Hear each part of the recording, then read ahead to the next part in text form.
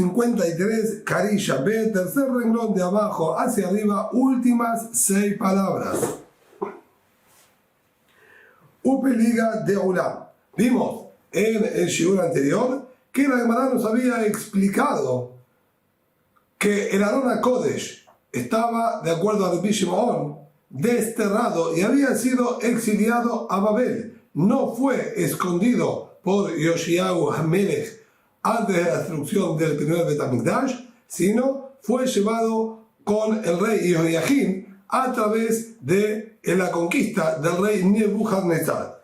Y sobre esto la Gemara dice Upeliga de Ulá. Eso último que acabamos de explicar en nombre de Rabbi Shimon discute con la interpretación que dijo Ulá, de Amar Ulá. Dijo Ulá, Sha'al Rabbi Matia ben Harash, el Rabbi Shimon ben Yochai, le preguntó Rabbi Matia ben Harash a Rabbi Shimon ben Yochai, Setam Rabbi Shimon, el Rabbi Shimon normal, que se nombra en cualquier Mishnah, es efectivamente Rabbi Shimon ben Yochai. Así que hablar de Rabbi Shimon ben Yochai o hablar de Rabbi Shimon, estamos hablando exactamente de la misma persona. Y le preguntó Rabbi Matia ben Harash a Rabbi Shimon ben Yochai, Berromi, cuando se encontraban en la ciudad de Roma. Aarón ganar el Babel.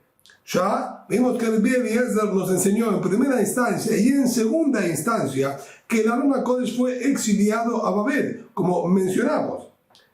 Rishona ha de Amarán. La primera oportunidad en la que Rabbi Eliezer nos explicó esto es, como vimos en la clase anterior, trayendo el pasuk Vayvi'ehu Babela im kele hemdat bet Hashem. Trayendo el pasuk que nos habla del exilio del rey Yehoiachin, como dijimos, que fue llevado a Babel con los objetos preciados del Bet HaMikdash, haciendo referencia al Aron HaKodesh que contenía los querubim y las luhot que estaban dentro de él. Shenia. Y en segunda instancia encontramos que el Rabbi Eliezer trajo otra fuente para justificar su postura. Maihi. ¿Cuál es esta segunda dictiv? Salió de Sion toda su belleza. Y él explicó, Mai Kol Hadara, Hadara. ¿A qué se refiere toda su belleza?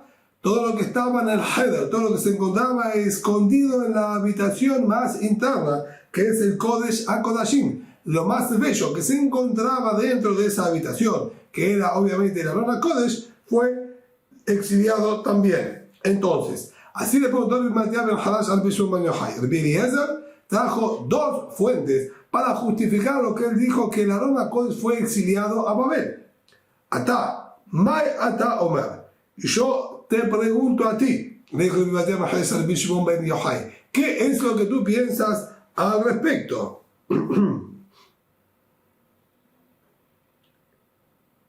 Amarlo, le dijo, Sheani Omer Aarón Bimkomo Nignaz. Mi postura, mi comprensión es que el Aron HaKodesh fue escondido en el lugar original, allí mismo en el Bet HaMikdash.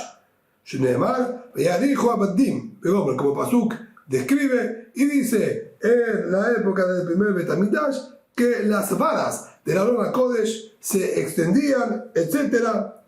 Y termina diciendo el Pasuk que allí fue puesto hasta el día de hoy. Y por eso pregunta la Gemara, le preguntó Rabba a Ulá. Entonces, en primer lugar, vemos claramente que la postura de Rabbi Shimon ben Yochai es que el Aron HaKodesh no fue desterrado, sino fue escondido.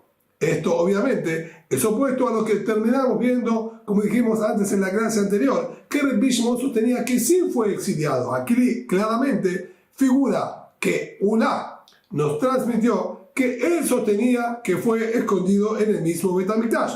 Por eso dijo la Gemara que esto discrepa con lo que nos enseñó Ulá. Ahora, la Gemara quiere terminar de analizar estas palabras que fueron mencionadas por Ulá. Y nos cuenta que Rabba le preguntó a Ulá, Mai Mashma, ¿cómo es que has interpretado las palabras de Rabbi Shimon de este pasuk que él aprendió que no fue exiliado, sino que fue escondido? Marle Rabba Leula, Mai Mashma, ¿cómo se entiende esto? Allí estuvo hasta este día. Quiere decir, hasta este mismísimo día que nosotros ahora incluso ¿sí? En el año Tafshin Pevad, en 5786 estamos mencionándolo, hasta este mismo día se encuentra allí. Pregunta la Gemara, ¿acaso cuando el pasuk menciona hasta este día es para siempre y que nunca más se movió de aquel lugar? Vea que vamos a traer pruebas aparentemente que no funciona así. Cuando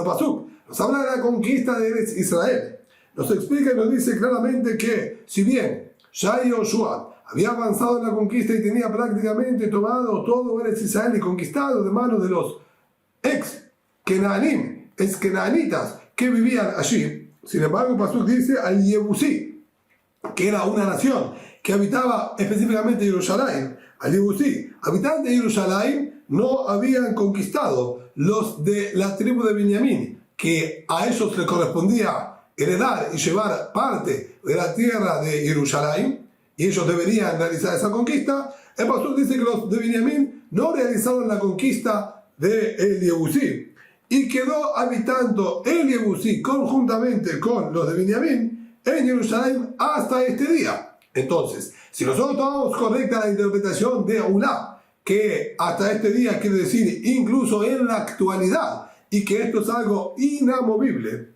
no es posible.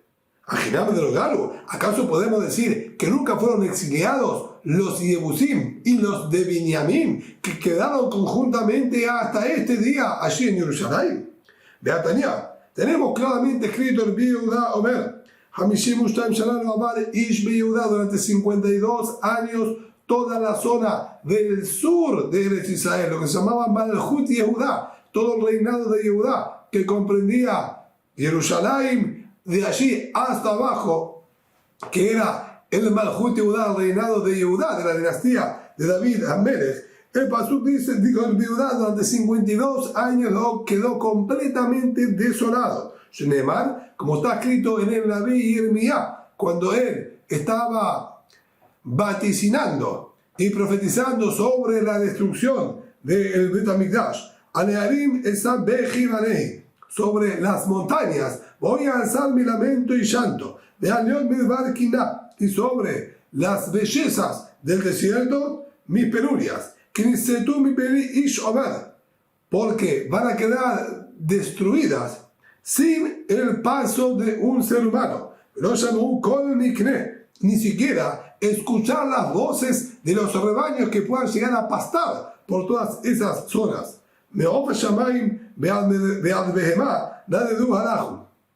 Desde las aves que vuelan en el Shamaim hasta los animales nómades, todos se fueron y abandonaron o van a abandonar esa zona. Y efectivamente la profecía esa se cumplió, dijo Rabbi Yehuda. ¿Y de dónde él aprendió? Que son 52 años. Behemá, Begimatería, Hamishin Ushtaim. La palabra Behemá, el valor numérico de las letras que conforman la palabra Behemá, suman 52. Entonces el pastor estaría diciendo que Behemá de Dualahu, la cantidad similar a lo que suma la palabra Behemá, es que quedaron desterrados y abandonados todos esos territorios de Yehudá. Entonces, claramente no quedó absolutamente nadie. Y sin embargo, el pasuk había dicho Ada Yomazé, hasta este día. Quiere decir que hasta este día no quiere decir para siempre, sino hasta el día que fue escrito el texto. Betania, además tenemos una segunda variedad que también nos enseña similar.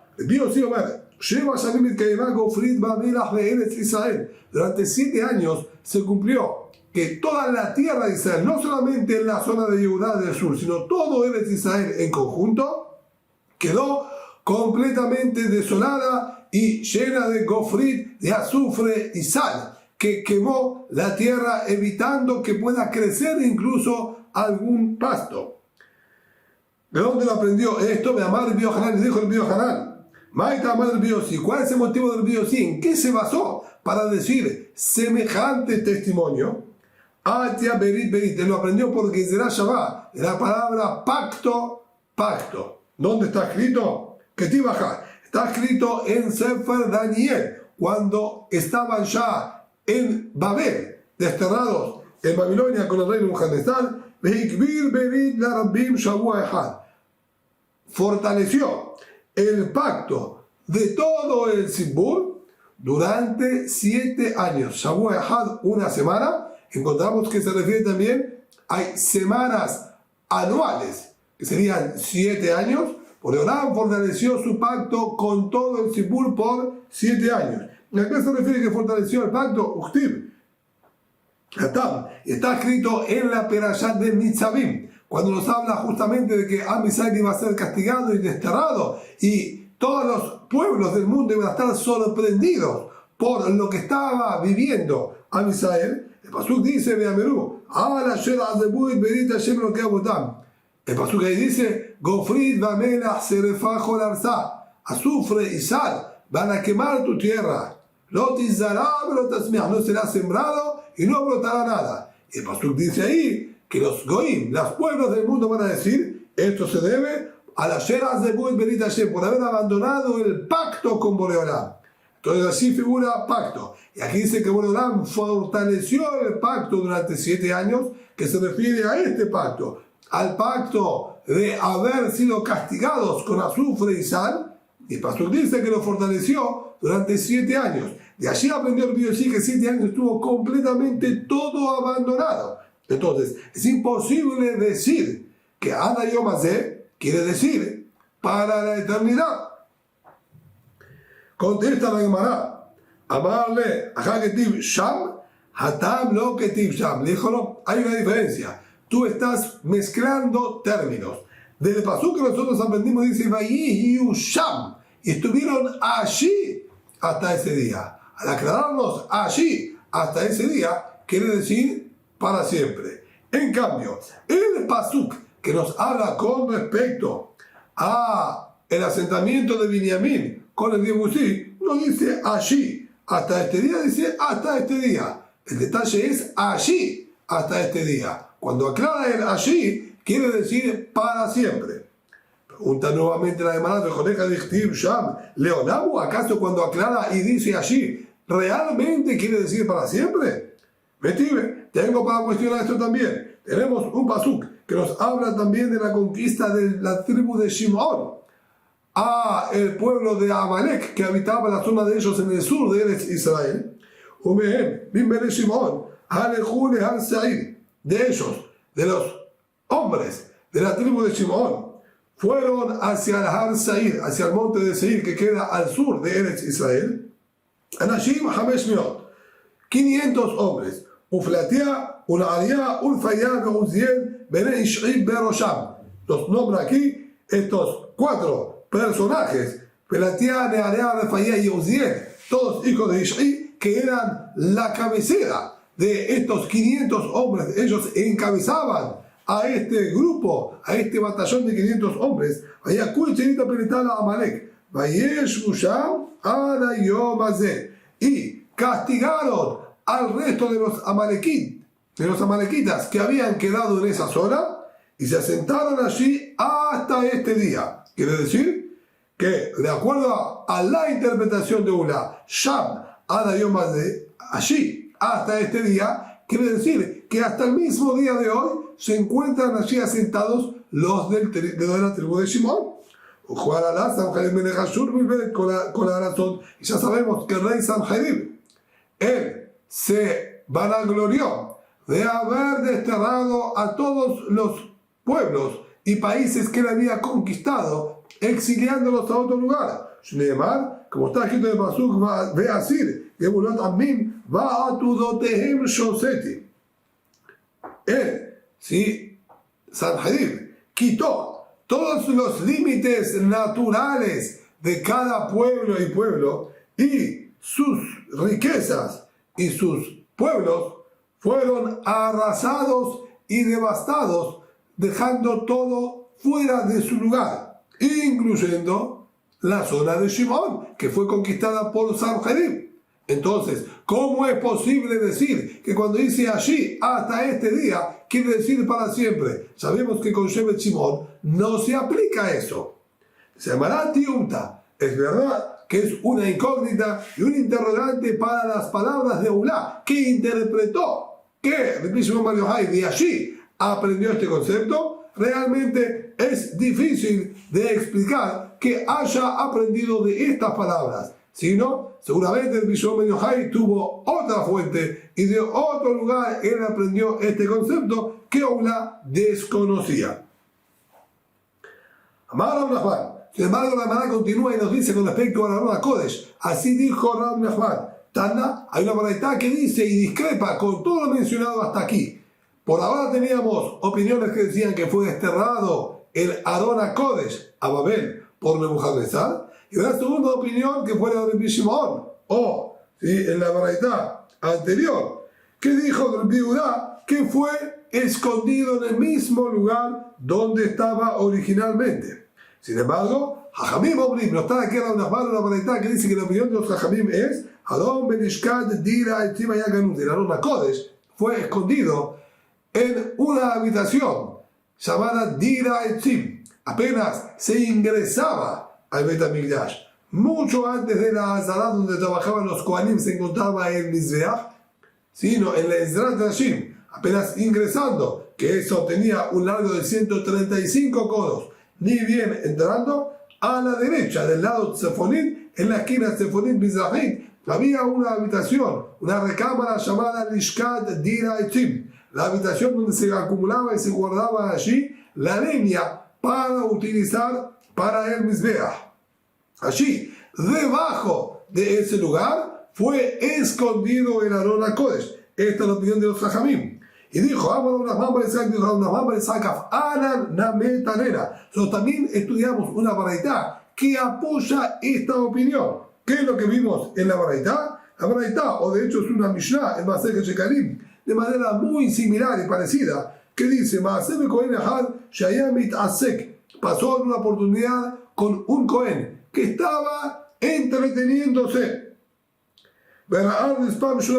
Y observó uno de los mosaicos que formaban el piso del Lishkat Dira Etzim, que estaba corrido y un poco más levantado que el resto de los mosaicos, dando a entender que había sido quitado y levantado en algún momento y luego colocado y que no lo colocaron como corresponde. Y le informó a su compañero, a otro Cohen, que estaba allí, mira, sospecho que aquí hay algo, y estuvieron removiendo. No terminó de pronunciar esa frase, que inmediatamente falleció. Y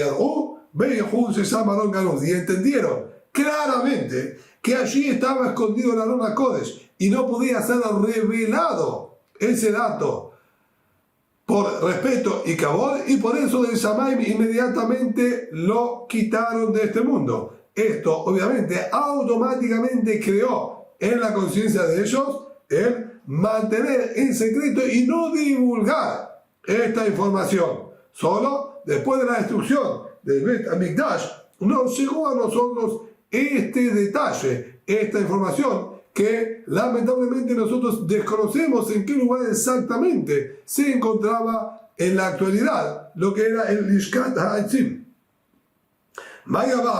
Pero vemos entonces, sí, claramente que esto apoya la opinión anterior de los Jajamim, que estaba escondido allí debajo de esta recámara. Y pregunta la hermana, vaya vida, ¿a qué se refiere que estaba divirtiéndose? Estaba jugando con el hacha que tenía que utilizar para leñar y cortar la madera para el Mizbeach, para la Mahalajá del Mizbeach. Y al estar, así explican algunos de los Mefarshim, al estar él divagando en un lugar de Kadosh, por eso le presentaron un motivo para tener que castigarlo. Y enseñaron a Israel Bishmael, dos Kohanim defectuosos que no pueden trabajar en el servicio de los Korbanot, ya que un Kohen defectuoso es inválido para el servicio del Bet HaMikdash, se encontraban en esta recámara. Y estaban revisando las maderas que no tengan gusanos. La Mishnah y la Gemara en el Tratado de Shekalim nos enseñan que aquellas maderas que contienen gusanos son inválidas para el uso en el Mizbeach. Por lo tanto, pasaban una revisión. Y estos estaban ocupando estos dos Kohanim defectuosos que no podían realizar el servicio para Boreolam. En un momento, a uno de los dos, es una versión un poco distinta a la anterior, uno de los dos se le resbaló de su mano el hacha que él estaba utilizando para cortar la madera, ven a Flasham y cayó por un pequeño orificio, una pequeña separación, justamente de este mosaico que acabamos de nombrar, que estaba más levantado, quedando un pequeño hueco. Por allí, cuando se le resbaló el hacha, cayó en ese agujero. Va a Jalato, inmediatamente apareció una llamarada de fuego que lo consumió. Esto les indicó a ellos claramente que es un lugar extremadamente kadosh y que nadie puede ni siquiera atrever a acercarse a aquel lugar. ¿Por qué? Porque allí se encontraba el Arón HaKodesh y estaba protegido directamente por Boreolam. Rabbi Yehuda planteó una contradicción o una incongruencia entre los pesukim. Que está escrito por un lado que es el pasuk que mencionó la Gemara anteriormente para justificar de dónde el mismo Bar Yochai aprendió que el Arón HaKodesh había quedado escondido. La Gemara aprovecha para analizar este pasuk. El pasuk por un lado dice: se observaban los extremos de las varas que sostenían el Arón HaKodesh. Por otro lado, el pasuk dice: no eran visibles desde afuera. Hakechad. ¿Cómo funciona esto? Nir'im, nir'im. Eran visibles, pero no eran visibles. ¿Qué quiere decir este juego de palabras? La Gemara nos trae una segunda baraita que es un poquito más explicativa. Y nos dice así: Tania, Nameaji, estudiamos similar a esta baraita, y ahora se veían el extremo, como dijimos, de las varas. Yahol, lo yehuzazim, min mekomam. Es posible que se veían incluso sin que las hayan movido y adelantado. El Arón HaKodesh se encontraba justo en el centro del Kodesh HaKodashim, como mencionamos en su momento, que el Kodesh HaKodashim, el espacio que tenía era 20 codos de ancho y 20 codos de largo. Y justo en el centro se encontraba el Arón HaKodesh. De ambos costados del Arón HaKodesh, de oeste a este, se encontraban las varas que se utilizaron en su momento para transportarlo, que no se las podía quitar. La Torah prohíbe que no las aparten y las saquen del Arón HaKodesh. Sin embargo, estas varas no ocupaban todo el largo del Kodesh HaKodashim, no tenían 20 codos de largo. Entonces, cuando el pastor nos dice que eran visibles desde afuera, es posible que incluso sin que las hayan movido y adelantado hacia adelante para que puedan ser notorias desde afuera, igualmente de una manera milagrosa se las podía llegar a ver.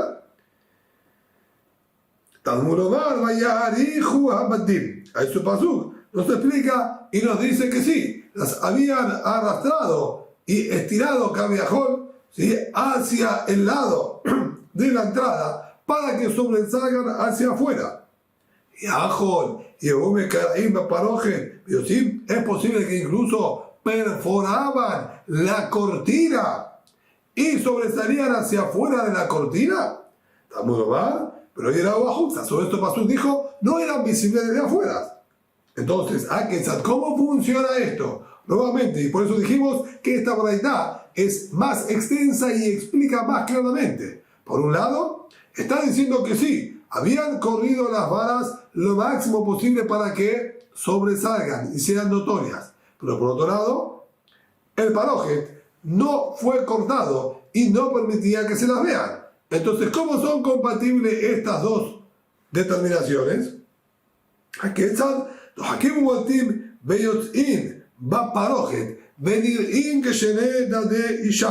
Sino, estas estaban, como dijimos, estiradas lo máximo posible hacia afuera.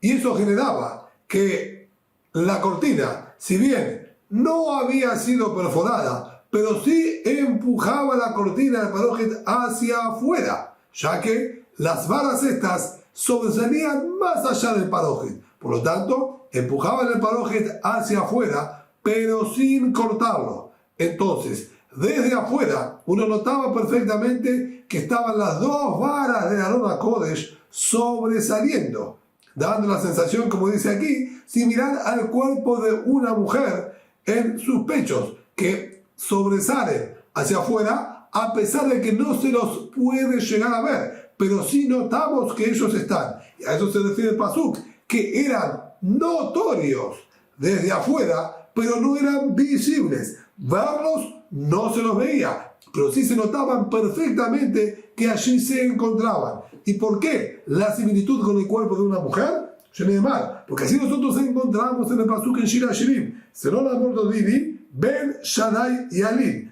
entre mis pechos se acuesta a dormir. Cabiajón fue comparada la Shejiná como si fuese una mujer. Entonces, en el regazo de ella se apoya su amado. Aquí también en el pueblo de Israel, Cabiajón, se depositan en la Shejiná, en Boreolam, que fue comparado con esta mujer. Amar Ram Ketina, dice ahora Ram Ketina, en el momento que los Yehudim iban Pesach, Shavuot y Sukkot al Bet HaMikdash a cumplir con la mitzvah de la Torah de verse, mostrarse en el Bet HaMikdash y agradecerle a Boreolam con una ofrenda de Olá y otra ofrenda de alegría, Olat Reiyá y Shalmei Simha. En aquel momento que todos los Yehudim, cientos de miles de Yehudim, se encontraban en el Bet HaMikdash, Megalgelim Lahem, o Megalelim Lahem, et הפרוכת, ומראים להם את הקרובים שהיו מעורים זה בזה. Los Kohanim enrollaban la cortina que separaba el Kodesh HaKodashim de Leján y dejaban todo el Kodesh HaKodashim expuesto para que ellos vean los querubines, estas siluetas de niños que estaban abrazándose cálidamente uno con el otro, mostrando el cariño que Boreolam tiene por el pueblo de Israel, como un amado tiene con su amada. Y les decía a los Kohanim, miren, observen el cariño y el amor que tiene Boreolam por ustedes, como tiene un hombre por su mujer. Preguntó la Kristá, ¿cómo es posible que todo el pueblo de Israel podía tener la capacidad de observar algo tan pero tan majestuoso y elevado y santo? Si está escrito en el Pasuk, al final de la Perashat Bamidbar, y no van a poder venir los Nevi'im, que ellos se dedicaban a transportar el Aarón HaKodesh en todos los viajes que se realizaron por el desierto. El Pasuk dice, ¿no van a poder venir ellos a observar cuando se traga la Kedushá? ¿Y a qué se está refiriendo Pasuk? ¿Que no pueden observar cuando se traga lo santo? Y dijo Rabbi Yehuda el nombre de Rab, los Leviim eran quienes transportaban todos los objetos de Bet HaMikdash, más específicamente los de la familia de Kehat, eran quienes transportaban el Aarón HaKodesh, la Menorá, el Shulchan, el Mapanim, el Mizbah HaKetoret. Todos esos objetos más sagrados y santos eran transportados por los de Kehat. Sin embargo, la preparación para el transporte no la realizaban ellos, sino Aarón con sus hijos Eleazar e Itamar. Ellos eran quienes los preparaban. Y como la Torah detalla, sí, ampliamente al final de Perashat Bamidbar, utilizaban distintos tipos de cobertores. Había cobertores de cuero, había cobertores de lana púrpura. El mismo Parojet, al Aarón HaKodesh, lo cubrían con el Parojet para que no quede visible a los ojos de nadie. Y una vez que los Kohanim, Aarón con sus hijos Eleazar y Itamar, terminaban, vamos a decir, de empacar y envolver los Kelim, recién ahí venían los Leviim de Kehat y alzaban y transportaban los objetos. Y sobre eso la Torah advierte, que no van a poder venir ni siquiera los Leviim de Kehat que transportaban no podían ver y observar cuando el Arón HaKodesh y los demás objetos eran envueltos y tapados a modo de deglución, como si alguien los estaba tragando, que quedaban cubiertos. No pueden ver cuando los están cubriendo, sino después de cubiertos, allí ellos tenían derecho de acercarse. Entonces, si ni siquiera los Leviim de Kehat podían observar el Arón HaKodesh, como aquí estamos diciendo que todo el pueblo de Israel, incluso los más sencillos, tenían la capacidad de observar el Arón HaKodesh con los querubines. Esta es la pregunta que planteó Rav Hizda. Contestó Rav Nachman, Mashal le Kallah. Esto se compara con una nuera, una novia que está ingresando a la nueva familia. En aquella época era lo usual que se realizaba los Kiddushin, lo que sería el compromiso oficializado y consagración de la mujer, que se realizaba un año normalmente antes del casamiento. Esta mujer se quedaba consagrada legítimamente de acuerdo a las leyes de la Torá con la adquisición de esta mujer, y un año después pasaba a la casa del marido con el casamiento, con la jupá.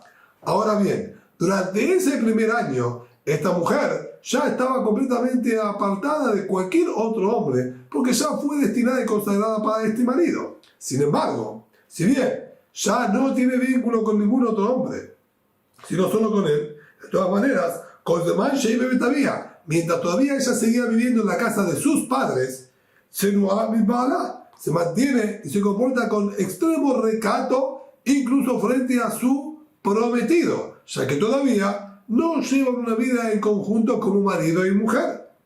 Pero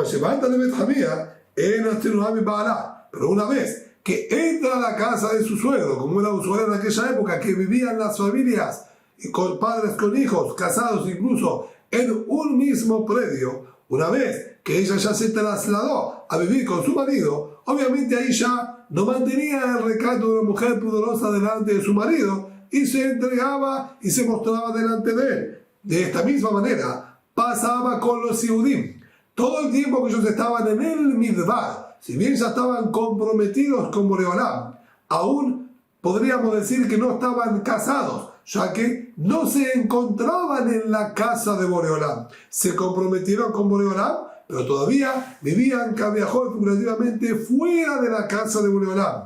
Solo una vez que se construyó el Beit HaMikdash y se encontraban en Eretz Israel, allí podríamos decir que los Yehudim pasaron a vivir con Boreolam en su casa. Por lo tanto, allí era una confianza mayor, similar a la de marido y mujer, y que viajó allí Boreolam sí se mostraba y sí se revelaba delante del pueblo como una mujer que se muestra delante de su amado, ya que están viviendo conjuntamente. Por eso, en la época que estaban en el desierto, ni siquiera los Leviim tenían acceso y derecho de ver estas visiones tan sorprendentes. En cambio, en la época del Beit HaMikdash, era una confianza de marido y mujer, y Boreolam les mostraba justamente, Reuhim Bathem, observen el cariño que tiene Boreolam con ustedes, como es el cariño de un marido con una mujer. Por eso les mostraba la visión de estos dos querubín abrazándose, indicando, aquí tenemos una confianza y un apego como hombre y mujer, que no oculta nada uno del otro. Preguntó Rav Hanan bar Rav Katina, si tenían realmente esa confianza cuando estaba en el Beit HaMikdash, ¿cómo es posible lo que mencionamos anteriormente, que por haber descubierto el lugar donde se encontraba la Arón HaKodesh, inmediatamente murió aquel Cohen o salió el fuego y quemó? Si ellos tenían el derecho de verlo, estaban en el Beit HaMikdash, como está contando la Gemara, como nos contó la Gemara, que fue en el mismo predio del Beit HaMikdash, quiere decir que estaba el Beit HaMikdash construido. Y de acuerdo a esta interpretación, era una confianza de marido y mujer. ¿Por qué Boreolam no les permitió ver el Arón HaKodesh y los mató inmediatamente? Marle le dijo, Nitgaresha, Marta, נתגרשה, חזרו לחתנתה הראשונה. Dijo, ¿de qué estás hablando tú? Luego de que fueron divorciados, eso aconteció una vez que Boreolam ya estaba enojado con el pueblo de Israel y le había entregado el get. Estaba esperando solamente que se vayan. Una vez que Boreolam divorció, viajó a su esposa, al pueblo de Israel, ahí obviamente la confianza ya mermó y bajó. Y no pueden estar revelándose como marido y mujer. Por lo tanto, no tenían derecho de observar a su ex mujer. Por eso es que no tenía permitido ver el Arón HaKodesh.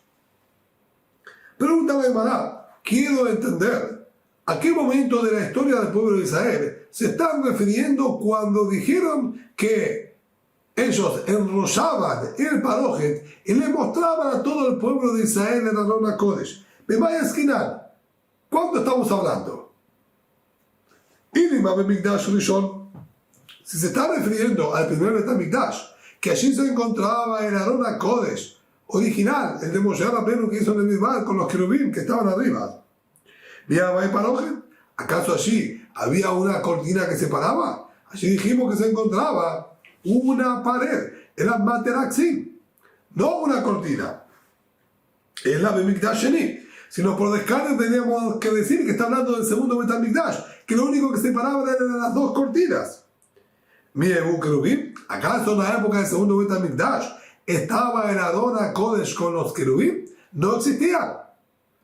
Tanto para la opinión que fue desterrado a Babel, tanto para la opinión que fueron escondidos, nunca más se devolvieron a su lugar original. Entonces, ¿cómo es compatible que estaban también las cortinas y también el Arón HaKodesh? Uno se encontraba en el primer Bet HaMikdash y el otro se encontraba en el segundo Bet HaMikdash. Contesta la Gemara, Leolam Bemikdash Rishon. Realmente se refiere al primer Bet HaMikdash. Preguntamos, no estaban las cortinas, era una pared que dividía el Kodesh HaKodashim de Leján. ¿Umay Parojet de Babe? ¿A qué nos referimos con la cortina? No una cortina divisoria, era una cortina que se encontraba en la entrada, en la puerta de acceso al Kodesh HaKodashim. De Amar Bizera Amarab, como dijo el Bizera el nombre de Rab. Shelosha Asar Parojot Ayub HaMikdash. 13 cortinas se encontraban en el Bet HaMikdash. Shiva, Kenegel Shiva Shearim. 7 cortinas en los 7 portones de acceso al Bet HaMikdash. Quiere decir que en cada una de las puertas de acceso al Bet HaMikdash había, además de las puertas, una gran cortina que cubría para que no quede visible. Y quien quería ingresar debía abrir la cortina para poder pasar. Ahí tenemos 7 cortinas de las 13 que fueron mencionadas. Shetayim, Ahad de Pitchon Shel Echad, ve Ahad de Pitchon Shel Ulam. Otras 2, una en la entrada del Ulam, que dijimos que era esa recámara previa al Echad, que tenía la máxima altura y ancho, 40 codos de ancho por 20 codos de ancho, y más interno la entrada al Echad, que ahí había una segunda cortina que tenía 20 amos de alto por 10, sí, 20 codos de alto por 10 codos de ancho. Entonces tenemos 2 cortinas más, llegamos a 9.